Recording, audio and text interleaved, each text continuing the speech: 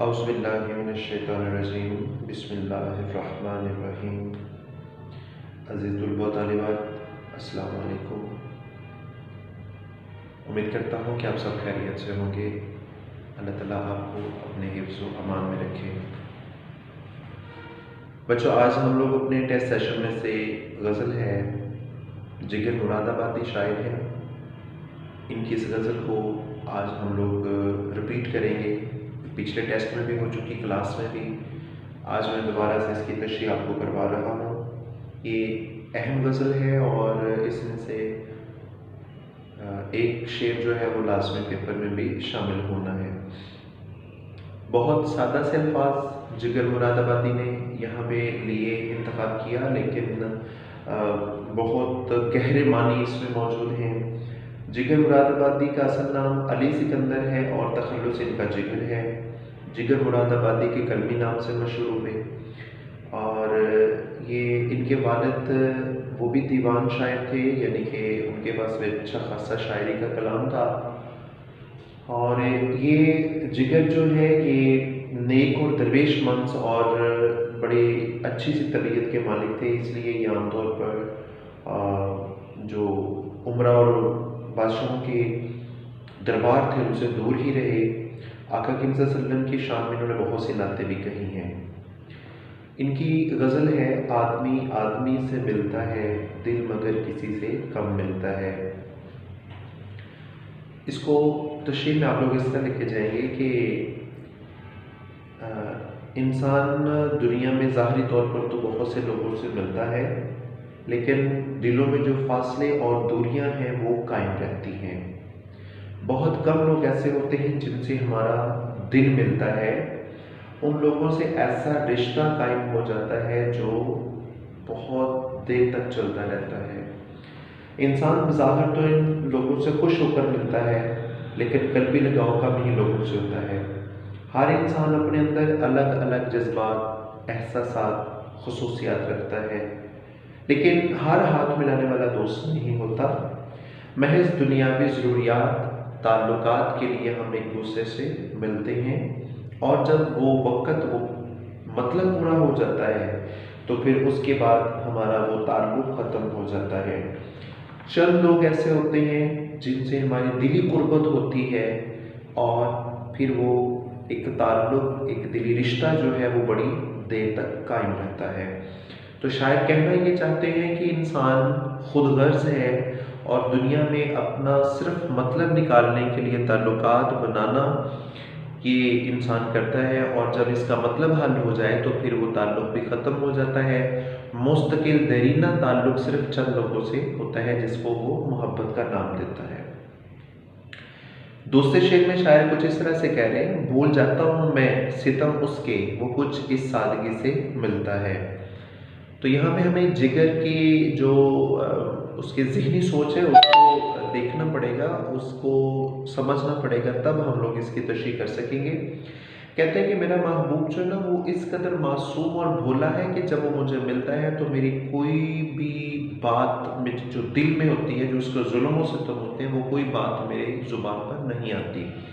کہتے ہیں اس کے ملنے سے پہلے میرے دل میں ہزار شکایتیں، شکوے، گلے اکٹھے ہو جاتے ہیں۔ اس کے ظلم و ستم میں برداشت کرتے کرتے انتہا تک پہنچ جاتا ہوں۔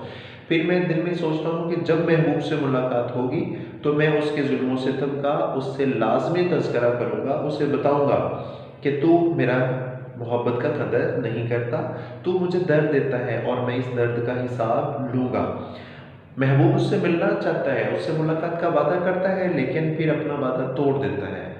اس سے عاشق کا جگر پاش پاش ہو جاتا ہے، وہ اندر ہی اندر دکھی ہے اور اس دکھ کا بدلہ لینا چاہتا ہے۔ مگر جو ہی محبوب سے ملاقات ہوتی ہے اور وہ معصومیت سے پوچھتا ہے تو وہ اس کے محبوب کی اس معصومیت، اس بھولا پن کے انداز پہ، اس معصومیت بھری بات پر وہ کوئی بھی بات، اس کا ظلم و ستم اس کی زبان پر نہیں آتا۔ وہ اپنے گلے شکوے، سارا غصہ اس کا دھرے کا دھرا رہ جاتا ہے، اور وہ تمام باتیں، شکوے، گلے اس کے دل میں ہی دب جاتے ہیں۔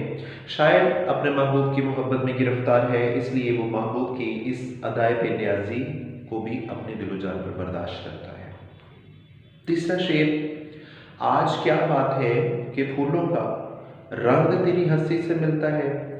یہاں پہ جگر مراد آبادی اپنے محبوب کو دیکھنے کے بعد، اس کی ایک جھلک پانے کے بعد کہتے ہیں کہ آج کوئی خاص بات ہے جس کی وجہ سے میرے محبوب کی مسکراہٹ میں پھولوں کا ہنسی رنگ موجود ہے۔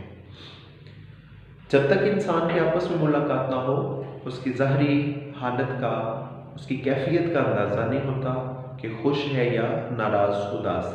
تو یہاں پہ جگر کو اپنے محبوب کی ایک جھلک دیکھنے کو ملتی ہے، اور اس کی مسکراہٹ پانے کے بعد شاعر جو ہے اس میں بہت ساری تشبیہات استعمال کرتا ہوا کہتا ہے کہ میرے محبوب کی مسکراہٹ کے سامنے آج پھولوں کا رنگ بھی جو ہے نا وہ پھیکا پڑتا ہوا محسوس ہوتا ہے۔ پھول جو خوبصورتی، ہنسی، مسکراہٹ اور باغوں کی رونق بڑھانے کا باعث ہوتے ہیں، کہتے ہیں آج میرے محبوب کے حسن کے سامنے یہ بھی پشیمان ہے۔ یہاں پہ جو شاعر ہے وہ اپنے محبوب کی حسن، اس کی خوبصورتی کو جو ہے نا وہ بہت زیادہ بڑھا رہے ہیں۔ کہتے ہیں کہ اگر مجھے پتہ چل جائے کہ آج تو کس بات سے خوش ہے، جس خوشی کی وجہ سے تیرے چہرے پر یہ خوبصورت مسکراہٹ سجی ہوئی ہے، تو اگر مجھے پتہ چل جائے تو میں وہ بات، وہ کام، وہ خوشی تجھے ہر روز دینے کے لیے تیار ہوں، تاکہ تو اسی طرح سے ہنستا مسکراتا رہے۔ تو یہاں پہ شاعر جو ہے نا وہ اپنے محبوب کے حسن میں، اس کی محبت میں ڈوبے ہوئے۔ شعر نمبر 4 ہے، سلسلہ فتنہ قیامت کا تیری خوش کامتی سے ملتا ہے۔ تو یہاں پہ جگر مراد آبادی بیسیکلی بہت ساری چیزیں کہتے ہیں، وہ انہوں نے ملائی ہوئی ہے یہاں پہ۔ سلسلہ فتنہ قیامت، یہاں پہ مراد قیامت کے دن کا بہت طویل ہونا، وہ ہلچل، وہ ساری باتیں، وہ افراتفری کا عالم۔ خوش کامتی سے مراد اس کا لمبا قد ہے۔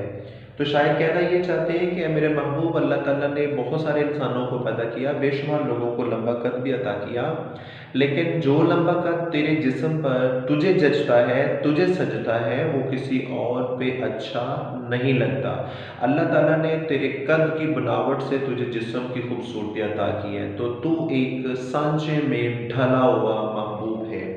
تو یہاں پہ وہ کہتے ہیں کہ میرے محبوب کا قد لمبا ہے، اور مجھے اس کی طوالت، میرے محبوب کا قد اتنا لمبا مجھے دکھائی دیتا ہے جیسے قیامت کا دن بہت لمبا ہوگا۔ بیسیکلی یہاں پہ قیامت کے دن کی لمبائی سے مراد جو ہے نا وہ اس دن کی افراتفری، اس دن کی ہنگامہ خیزیاں جو ہے نا اس کو وہ مراد لے رہا ہے۔ کہتا ہے کہ جس طرح قیامت کا دن بہت لمبا ہوگا، افراتفری، ہر کسی کو اپنی اپنی پڑی ہوگی، سب اپنی اپنی باتوں میں اپنی انجام کے بارے میں فکر مند ہوں گے، کوئی کسی کو کسی کی فکر نہیں ہوگی۔ کہتا ہے کہ میرا محبوب بے نقاب ہو کے اپنے حسن کو، اپنی مسکراہٹ کو ان لوگوں کے سامنے دکھا دے، ظاہر کر دے، تو قیامت سے پہلے قیامت برپا ہو جائے گی۔ یہ لوگ آج ہی اس فتنے میں، اس ہنگامے میں، اس فساد میں، اس ہلچل میں آج ہی مبتلا ہو جائیں گے۔ مراد یہ ہے کہ وہ لوگ میرے محبوب کے حسن کو برداشت نہیں کر سکیں گے اور ان پر بے خودی طاری ہو جائے گی۔ اور یہاں پہ وہ کہتا ہے کہ میرا محبوب جو ہے نا اس کا لمبا قد صرف اسی پہ جچتا ہے، کسی اور انسان کو لمبا قد اور اس کے جسم میں جو تناسب ہے وہ اللہ تعالیٰ نے اس خوبصورتی سے عطا نہیں کیا جو میرے محبوب کو عطا کیا۔ شعر نمبر 5 ہے، مل کے بھی جو کبھی نہیں ملتا، ٹوٹ کر دل اسی سے ملتا ہے۔ تو یہاں پہ جگر مراد آبادی کا بڑا مشہور شعر ہے، پیپر میں اکثر شامل ہوتا ہے۔ کہتا ہے کہ میرا محبوب مجھے ملتا تو ہے لیکن دلی طور پر نہیں، صرف رسم دنیا نبھانے کے لیے۔ تو یہاں پہ وہ کہتا ہے کہ محبوب کی بے رخی اور بے مروتی کے باوجود میرا دل جو ہے نا وہ صرف اور صرف میرے محبوب سے پیار کرتا ہے، اس کے ظلم و ستم، اس کی بے وفائیاں، ہر چیز کو چھوڑ کے کہتا ہے کہ اس کی بے رخی اور بے اعتنائی کو چھوڑ کے، بھول کر، میرا دل ٹوٹ کر شدت سے جس کو چاہتا ہے وہ صرف اور صرف میرا محبوب ہے۔ کہتے ہیں کہ یہ تو ٹھیک ہے کہ ہم جس چیز کو زیادہ حاصل کرنا چاہتے ہیں، جس کی لگن، خواہش ہمارے دل میں ہوتی ہے، وہی چیز ہمیں ملتی نہیں ہے، بلکہ وہ ہم سے جتنا ہم اس کی خواہش کرتے ہیں وہ اتنا ہم سے دور جاتی ہے۔ تو یہاں پہ بھی شاعر کچھ اسی طرح سے کہتا ہے، کہتا میں اپنے محبوب سے جتنی شدت سے محبت کرتا ہوں، ٹوٹ کر چاہتا ہوں، وہ اسی طرح مجھے دل سے ملتا نہیں۔ رسم دنیا تعلق نبھانے کی حد تک تو وہ مجھ سے ملتا ہے، ملاقات ہوتی ہے، لیکن دلی طور پر وہ مجھ سے محبت نہیں کرتا۔ جی اس کے بعد ہے، کاروبار جہاں سنورتے ہیں، ہوش جب بے خودی سے ملتا ہے۔ تو یہاں پہ شاعر کہتے ہیں کہ عقل اور شعور اگر عشق کے ساتھ مل جائیں تو دنیاوی معاملات خود بخود درست ہونے لگتے ہیں۔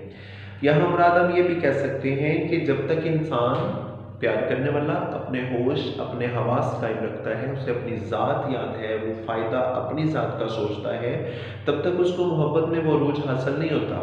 جب وہ اپنی ذات کی تمنا چھوڑ دیتا ہے، اس کی زندگی کا مقصد صرف محبوب کو حاصل کرنا، اس کی خوشنودی حاصل کرنا ہے، اس کو راضی کرنا ہے، تب اس کو محبت میں وہ مقام وہ عروج حاصل ہوتا ہے جو اسے ہوش میں رہتے ہوئے عقل و شعور میں رہتے ہوئے تب اسے ملتا نہیں، اس کا نصیب نہیں ہوتا۔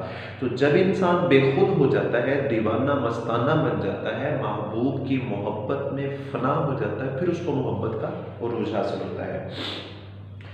جی اس کے بعد آخری شعر ہے، روح کو بھی مزہ محبت کا دل کی ہمسائیگی سے ملتا ہے۔ اس شعر میں شاعر کہتے ہیں کہ محبت اور عشق جو ہے نا، یہ روح کی توانائی اس وقت حاصل کر سکتے ہیں جب انہیں محبوب کے محبت سے بھرے دل کی قربت حاصل ہو۔ مراد کہتے ہیں کہ اللہ تعالیٰ نے انسان کی روح کو تخلیق کر کے اس کو عالم برزخ میں رکھ دیا، وہاں روح اکیلی تڑپ رہی تھی، اس کو زندگی وہاں رہنے کا مزہ نہیں آ رہا تھا کیونکہ تمام ماحول ایک جیسا تھا۔ پھر جب اللہ تعالیٰ نے انسان کو تخلیق کیا، جسم کے پنجرے میں دل کو ڈالا اور روح کو بھی اس میں ڈال دیا، تو روح نے محسوس کیا کہ میرے ساتھ یہاں کوئی بے لوث دھڑکنے والا، کوئی بے چین، کوئی بے قرار اور بھی چیز ہے۔ تو اس کو اس تعلق سے، اس رشتے سے، اس قربت سے ایک سکون، ایک لطف محسوس ہوا۔ اس طرح محبت اپنا روح کو دل کی ہمسائیگی، اس کے ساتھ سے ایک زندگی کا مزہ آنے لگا۔ وہ کہنا یہ چاہتا ہے کہ جس طرح روح کے بغیر دل اور دل کے بغیر روح ناکام ہے، اسی طرح میں اپنے محبوب کے بغیر نامکمل ہوں، ادھورا ہوں۔ میری زندگی میں کوئی رنگ نہیں، کوئی خوبصورتی نہیں ہے۔ وہ کہتا ہے کہ میں ہر حال میں اپنے محبوب کو پانا چاہتا ہوں، اس کے بغیر تو میری زندگی جہنم کی مانند ہے۔ جی بیٹا یہ ہمارے غزل کی تشریح تھی۔ باقی ٹیسٹ کے لیے آپ کے جو مضامین وغیرہ ہیں اور اسپیشلی تفہیم عبارات اور جو سبق ہمارا ہے علی بخش، اس کی پیراگراف کے حوالے سے دیکھ لیجیے گا۔ پیراگراف جو ہے اس لیسٹ کے لیے شامل ہو سکتا ہے۔ اس دفعہ پیپر تھوڑا سا ہمارا لینتھی ہوگا۔ اللہ حافظ۔